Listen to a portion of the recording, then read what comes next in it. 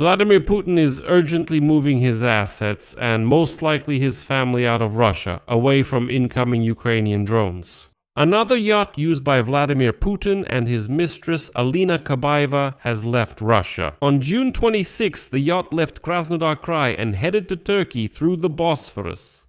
And a day earlier, another yacht belonging to Vladimir Putin, accompanied by military ships, was spotted off the coast of Denmark and was also moving further away from Russia. At the same time, Vladimir Putin sent Lukashenko to Beijing to negotiate for support, as the fuel situation in Russia is getting worse and worse. In annexed Crimea, they even stated that residents should adapt to life without gasoline, because even according to the official estimates of the occupation authorities, there will be no gasoline for ordinary Crimeans for at least a month, and the situation obviously will not improve. Against this backdrop, analysts from The Independent noted that the Russian dictator had previously effectively admitted that things are not going according to plan and called for a return to peace negotiations. It was precisely at that moment when Ukrainian missiles were striking Russian oil refineries and bridges connecting Russia were under fire, except for those leading to the occupied Ukrainian territories. Officially, the price of a liter of gasoline in Russia has exceeded 100 rubles for the first time in history. Meanwhile, Ukraine has unveiled a new interceptor drone that is capable of radically changing the rules of the game, because at the same time it can intercept Russian drones as an air defense system, but it can also attack as a loitering munition. But in another war in the Middle East, there is another stalemate and I would even say humiliation. The day before, Donald Trump announced urgent negotiations with Iran in Doha. Today, his envoys Stephen Witkoff and Jared Kushner arrived in Qatar, but the talks were cancelled, although now the Iranians claim that they were not even notified that the Americans wanted to meet with them.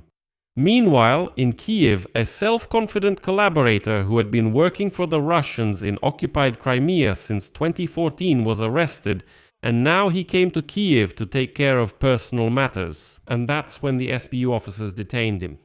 My name is Pechiy. Today is June 30th. Let's take stock together. We'll go over all these topics in this episode and break everything down. Before we begin, I ask you to subscribe to the channel, like this episode, and leave any comment under this video. Well, maybe not right now, but somewhere in the middle or after you finish watching this episode, let me remind you, comments really help promote episodes like this on YouTube. So, there are more and more signs that Vladimir Putin's war is clearly not going according to plan. And unlike ordinary Russians who aren't interested in politics, Vladimir Putin decided to protect his own family from Ukrainian drone strikes. Today, another yacht used by Russian President Vladimir Putin and his lover Alina Kabaeva mysteriously left Russia. We're talking about the 70-meter vessel Victoria. And now, the Marine Traffic Service has recorded that on June 26, Putin's yacht left the Krasnodar region and headed to Turkey through the Bosphorus. On June 28 and 29, the vessel was anchored in Istanbul in the Pendik district and then set course for the resort city of Bodrum.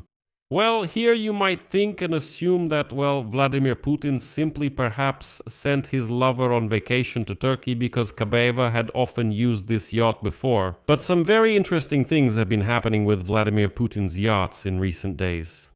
Because along with this yacht, it was recently reported that another 82-meter yacht Graceful, also connected to Vladimir Putin, was headed to Turkey. It is being escorted by a Russian destroyer and the rescue vessel Voyevoda.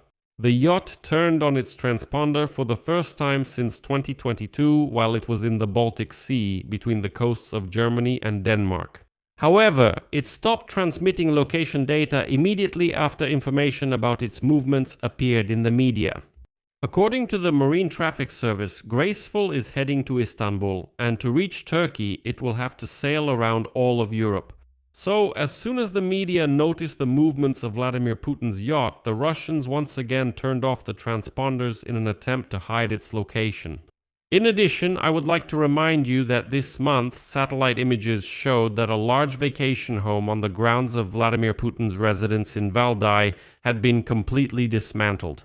The footage shows that there is nothing left of the massive building, not even the foundation.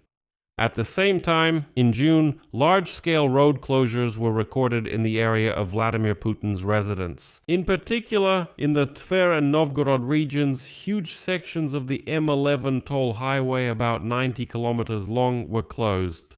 That is, in fact, within a radius of several kilometers from Putin's residence, traffic was blocked and not a single car was allowed into the area. What was happening there at that time is unknown. But according to military experts and analysts, the demolition of one of the houses at Vladimir Putin's residence in Valdai is related to a whole range of security reasons. The first reason is to prevent reputational losses because a strike by Ukrainian drones on such a symbolic and well-guarded site would deal a powerful media blow to the Kremlin. The demolition of a large building deprives UAVs of a noticeable visual and thermal target. And the second reason is the transformation of this residence into a completely closed, fortified stronghold. It is known from open sources that Vladimir Putin moved part of his family to Valdai and uses the local secret bunker as his main strategic shelter. The luxurious estate is now systematically being turned into a militarized facility. But judging by the removal of yachts from Russia, it can be assumed that all these activities in Valdai are just a distraction. Because, let me emphasize again, the removal of 2 yachts was noticed, but what went unnoticed still remains a mystery. It's possible that Putin is moving his family and his assets out of Russia on a much larger scale. Apparently, Vladimir Putin realized that nothing can protect him and his family from Ukrainian strikes. Because the destruction of this vacation home at the residence in Valdai didn't happen for no reason. It was preceded by a large-scale buildup of air defenses and defensive infrastructure around this residence. Around Putin's residence, 7 new towers were built along the perimeter, with Pantsir S-1 systems stationed on them.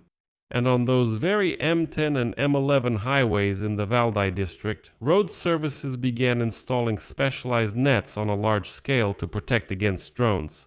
But, as you understand, such nets of course are not able to protect against heavy long-range drones like the Ukrainian drone Lyuty. And against this backdrop, analysts from The Independent noted that Vladimir Putin essentially admitted the day before that things are not going according to plan, and called for a return to peaceful negotiations. Precisely at a time when Ukrainian missiles are striking Russian oil refineries and bridges connecting the Russian Federation with the occupied territories of Ukraine are under fire. And now, according to the publication, the Kremlin dictator is noticeably worried. Because Russian airports are closing, and now it's happening constantly, military logistics are experiencing serious disruptions, and public support for the war is gradually weakening. And today, Yandex and Google recorded a surge in search queries among Russians, specifically asking, when will the war end? So Russians are starting to realize the war has reached their own homes. At the same time, Russian state media are no longer able to artificially maintain the previous level of interest around the so-called special military operation. Let me remind you, even Solovyov, when Moscow was being bombed in mid-June, sat in the studio looking completely confused and didn't know what to say at all. Because, well, you can talk about everything going according to plan when drones and missiles are attacking Ukrainian territory. But when these drones and missiles are flying over Moscow and Muscovites see these flashes, explosions, and how the lid of a huge oil tank just flies up into the air, well, it's hard to sit there and say that everything is going according to plan, and Solovyov really lost it then. He didn't know what to say to Russians to somehow calm them down. Everything is supposedly going as planned. Vladimir Vladimirovich Putin is doing great and making all the right moves, but it's not working. In the interview Vladimir Putin gave after the scandal, he openly admits that yes, Russia is facing a fuel shortage because of the strikes by Ukrainian drones. His inner circle is also increasingly complaining that the agreement, which they believe was reached between US President Donald Trump and the bald dwarf Vladimir Putin during the summit in Anchorage last year, is no longer supported by the American president. Well, at that time, according to the Russians, it was about handing Moscow colonial control over 20% of Ukraine's territory. Although later that same day, Vladimir Putin himself admitted that there was no agreement in Anchorage. And here I'll quote from The Independent. Trump likes to support winners. Until now, he has supported Russia, a country that in February 2022 launched a full-scale invasion of a democratic European state.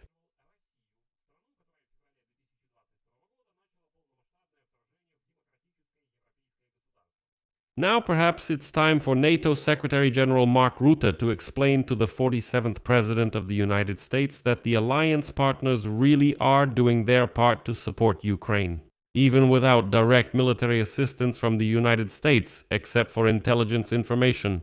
To be clear, you thought Ukraine would collapse without your help, but you haven't helped for a year and a half. I emphasize, the United States of America hasn't allocated a single cent for a year and a half for military aid to Ukraine, and Ukraine hasn't collapsed. On the contrary, it has started to wage a much more successful war against the savage, unwashed Russians. I'll continue the quote. Vladimir Putin himself apparently believes that the strikes on oil refineries are still achieving their goal. Russia, as has been repeatedly stated, is ready for peace talks with Ukraine, said Vladimir Putin last week. In fact, it sounded like a request to return to those times when the West. Ukraine's allies were convinced of Kyiv's weakness, saying that Moscow was ready to act on the agreements previously reached in Istanbul. But Vladimir Putin forgets that those times are long gone. And another confirmation of the desperation in the Kremlin is the constant complaints from Kremlin officials that Trump no longer appears to be as staunch a supporter of Russia as he was for most of the past year and a half. During this time, he stopped military aid to Kyiv, among other things. And if you take a sober look at the situation, in recent weeks you can see how Russia is resorting to a kind of Soviet revisionism, re-evaluating the results of the summit in Anchorage, which US allies had previously seen as an actual concession to Moscow. However, now, when Ukraine, and this should be acknowledged, has seized the initiative in the war. In fact, it is dominating the Black Sea and has made the Kremlin consider even banning the export of diesel fuel. The rhetoric of Kremlin representatives has changed. Their statements are increasingly filled with resentment and indignation. They don't understand how it happened that Russia started losing this war. By the way, regarding the initiative, I'll explain a bit later, because I'm sure that at this point those Russians who still continue to watch my episodes will say, but what about the front lines? The Russian Federation's armed forces have made some advances. What are you talking about? So here, you need to think a little more deeply, not so primitively. And I'll explain what I mean a bit later. So, Donald Trump's attention is now focused on the war with Iran and that failed deal they're trying to make. At the same time, this conflict has only strengthened Ukraine's reputation after Kyiv offered American allies in the Persian Gulf defense systems against Iranian drones. And as The Independent writes, so far Trump has not succeeded in his Middle Eastern campaign. And since the congressional elections are just around the corner, Trump is now looking for an easier political victory. And the Kremlin perfectly understands that this opens up new opportunities for Zelensky. Now the offended Minister of Foreign Affairs of the Russian Federation, Sergei Lavrov, suggested that the summit itself, Anchorage, could have been an American, quote, trick to buy time for the rearmament of the Kiev regime. His deputy, Sergei Ryabkov, also resentfully accused the US of departing from, quote, the fundamental agreements reached at the meeting in Alaska. Well, let me now give you Ryabkov's full quote. We also see that Washington's course is increasingly approaching the most aggressive anti-Russian stance. That is, the anti-Russian policy pursued by the closest European allies of the US, the UK, and France. Well, I mean, really, Russian officials here are now expressing their resentment. But it's especially hard for Russians in Crimea right now, and Vladimir Putin just can't justify his powerlessness regarding Crimea. According to the so-called governor of Sevastopol appointed by Russia, Mikhail Razvozhayev, the authorities were forced to introduce a number of emergency measures, in particular public transport stops operating at 10 o'clock p.m., and large stores and cafes in Crimea now close at 8 o'clock p.m. The fuel shortage is hitting Russia's biggest trophy in Ukraine harder and harder, so much so that even Putin himself has been forced to admit it. As a result, today the so-called head of Crimea, Aksionov, admitted it publicly. that the so-called authorities of Crimea were unable to solve the problem of the gasoline shortage, despite the introduction of a state of emergency, which was supposed to stabilize the situation quickly. They introduced the state of emergency to sort things out and quickly bring gasoline back to the gas stations. Aksionov stated that the authorities are taking measures to eliminate the shortage. However, there are no prerequisites for a full restoration of fuel supply. And next is a quote from Aksionov. Dear Crimeans, the fuel crisis continues. I ask you to be patient. Large volumes of fuel will not be available for sale in the near future, but the Minister of Fuel and Energy will provide updates daily. And in the end, the occupation head of Sevastopol, Mikhail Razvozhaev, directly stated, and I quote, "Restrictions on fuel remain in place for now, and they are expected to last for about another month." So, in other words, there won't be any gasoline for ordinary Crimeans in Crimea for at least another month, and this is already being confirmed by the so-called official authorities of Crimea. Let me remind you that open fuel sales in Crimea, including via coupons, QR codes, and personal connections. It was completely stopped back on June 21 after another round of strikes by the Ukrainian armed forces on the peninsula's oil and logistics facilities.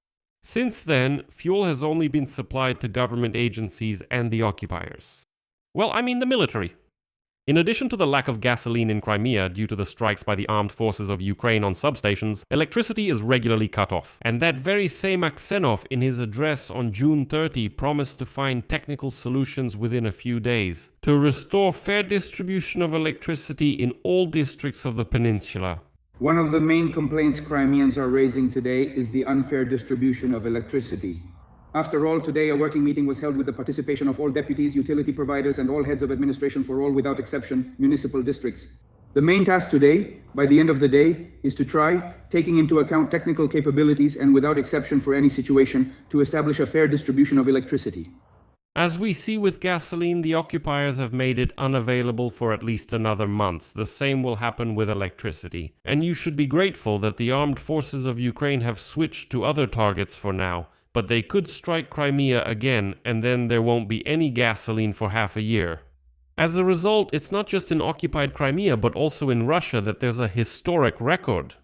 For the first time in history, the price of fuel has exceeded 100 rubles per liter. Interestingly, gas stations didn't cross this price threshold because their software simply didn't allow for 3-digit price tags. Previously, fuel has never been sold at such prices in the Russian Federation. At this time, Kremlin spokesperson Dmitry Peskov stated that Russia is in contact with other countries, discussing the possibility of importing fuel at acceptable prices. Interestingly, even Russia's so-called partners say, listen, these are your problems, and for us, well, you have demand, so we'll raise fuel prices a bit, we're ready to sell it to you, but not at market prices, rather a bit above market prices. Here, it's like karma coming back. Russians are used to manipulating gas and oil prices, and now it's coming back to them.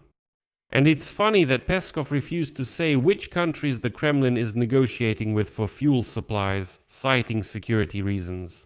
And now Ukraine is signaling and hinting that any tankers with petroleum products from Asian countries that enter Russian ports and ports. In the occupied territories of Ukraine, including Crimea, the armed forces of Ukraine will consider them legitimate military targets, since this is direct military assistance to the occupier and aggressor. In fact, this is a direct warning to everyone not to try to save Vladimir Putin, otherwise your tankers will be destroyed just like Russian oil refineries. And very importantly, this fits within Article 51 of the UN Charter, which covers self-defense. Meanwhile, the United Kingdom and its European allies are looking for ways to quickly increase their own defense capabilities. Well, that is, Europe is quickly restructuring its military budgets. And today, before stepping down, the Prime Minister of the United Kingdom, Keir Starmer, announced that he is sharply increasing military spending by almost $20 billion. Although previously Britain behaved, let's say, very conservatively in this matter, and lagged far behind other countries in terms of the percentage of GDP spent on defense. And here, experts are convinced that Russia has already succeeded. It has managed to make the West nervous. Well, that's supposedly why European countries are forced to allocate more and more funds for defense, even though their budgets are already under significant pressure. And all this is to contain the threat from a country whose economy is relatively small and is itself increasingly depleted by war and sanctions that have hit its oil sector. We're talking about Russia.